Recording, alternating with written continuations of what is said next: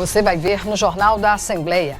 Plenário aprova crédito suplementar de 14 milhões para o Tribunal de Contas. Indicação à Superintendência do Banco do Brasil pede funcionamento regular em agência em Major Izidoro. E você vai ver também, na série especial dos 200 anos de Alagoas, a luta do povo negro no processo de libertação da escravidão e a resistência à exclusão social. O Jornal da Assembleia está começando.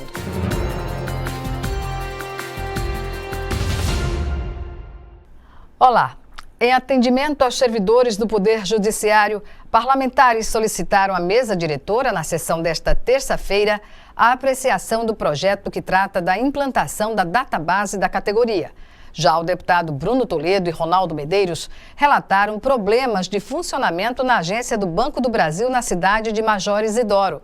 E os deputados presentes ao plenário aprovaram um projeto que autoriza crédito suplementar de 14 milhões de reais para o Tribunal de Contas.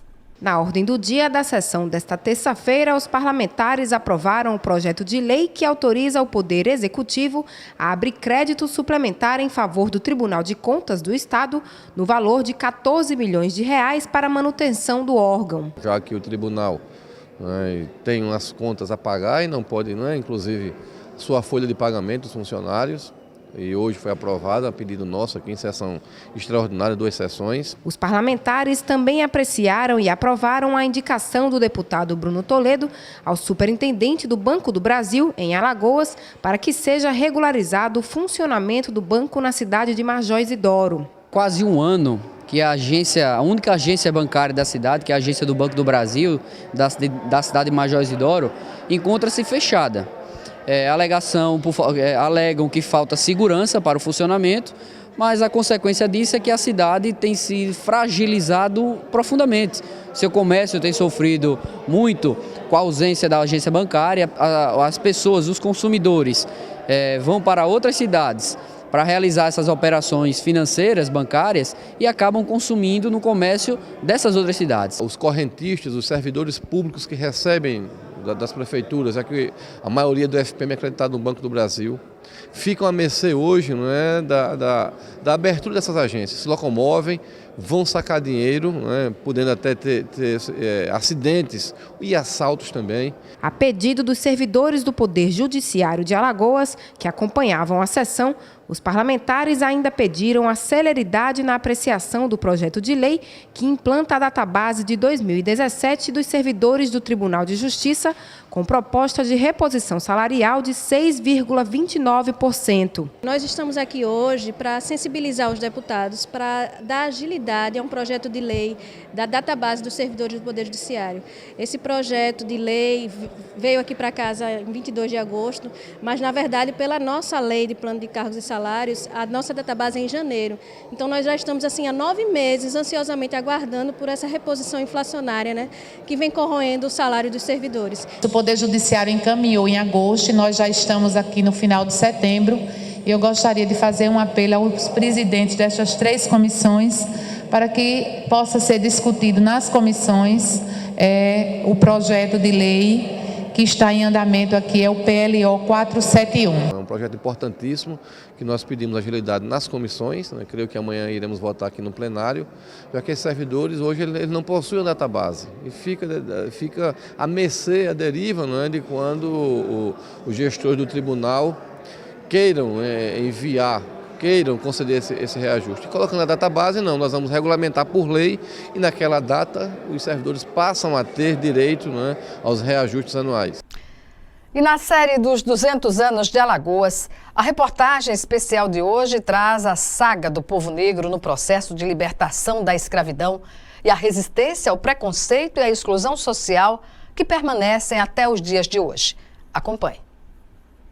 Terra de Zumbi e do Quilombo dos Palmares, em seu processo de emancipação, Alagoas contou com a mão de obra dos povos negros, que foi fundamental para o desenvolvimento econômico da até então província. Quando nós vamos analisar já o período próximo à emancipação política de Alagoas, vamos observar que muitos autores eles assinalam a grandiosidade, a opulência que tinha a vila de Alagoas, em detrimento até de Olinda, do Recife, e evidentemente que você já tinha um comércio. E quem era que fazia esse comércio? Quem dava vida a esse comércio? Era a população negra. Então, eu acredito que nós teremos que começar a repensar também a emancipação política de Alagoas com esse olhar diferenciado. Nesse caso, a população negra, evidentemente que não tem nome, com raras exceções, evidentemente, ela foi protagonista desse processo de emancipação,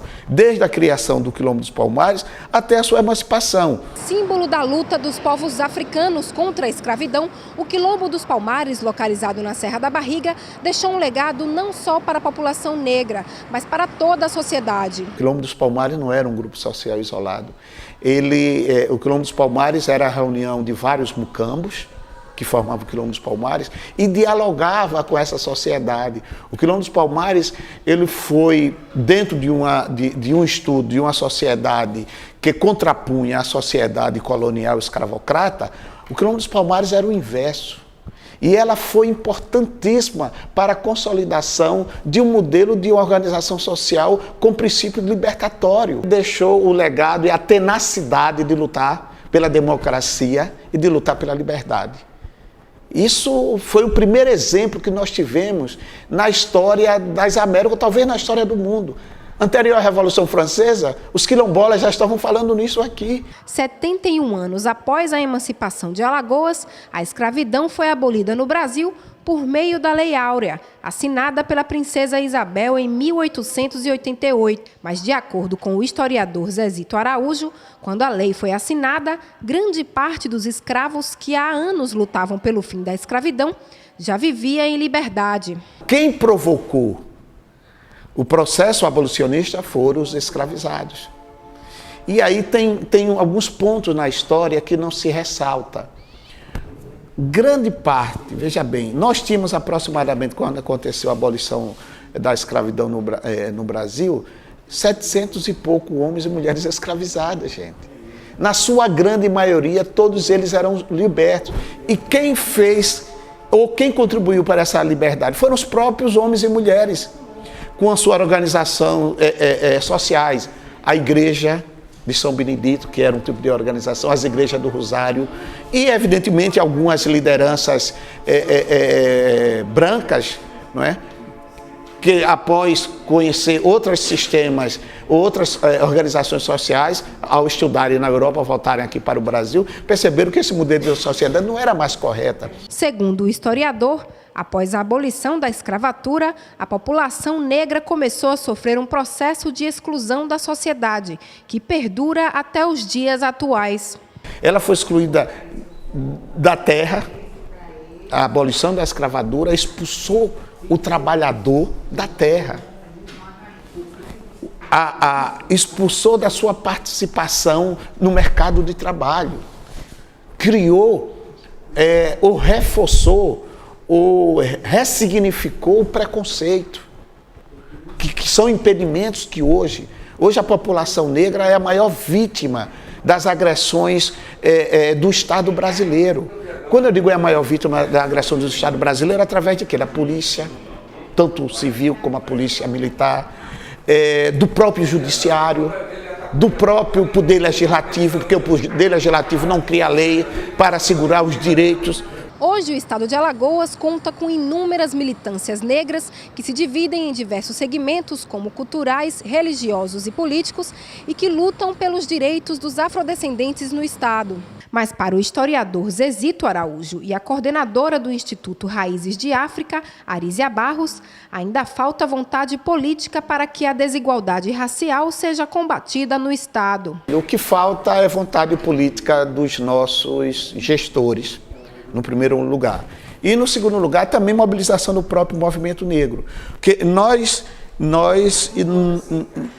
estamos efetivamente excluídos da sociedade, nós estamos dentro dessa sociedade. O que nós não estamos é apropriando-se dos benefícios dessa sociedade. Não existe a continuidade de ações Cada governo que entra, ele tem um olhar diferenciado para as questões. A lei não consegue ser implementada, falta a vontade política dos governos.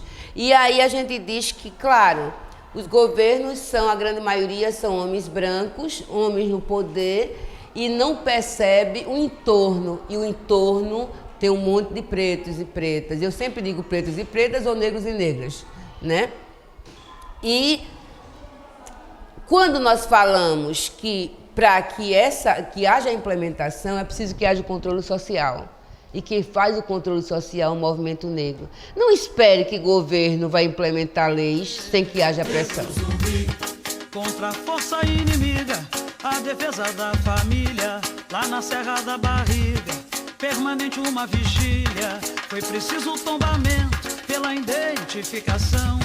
Foi o reconhecimento dessa terra na história da nossa nação. Negro zumbi, negro zumbi, negro zumbi. Bem, encerramos aqui esta edição do Jornal da Assembleia. Fique agora com a nossa programação e até logo mais.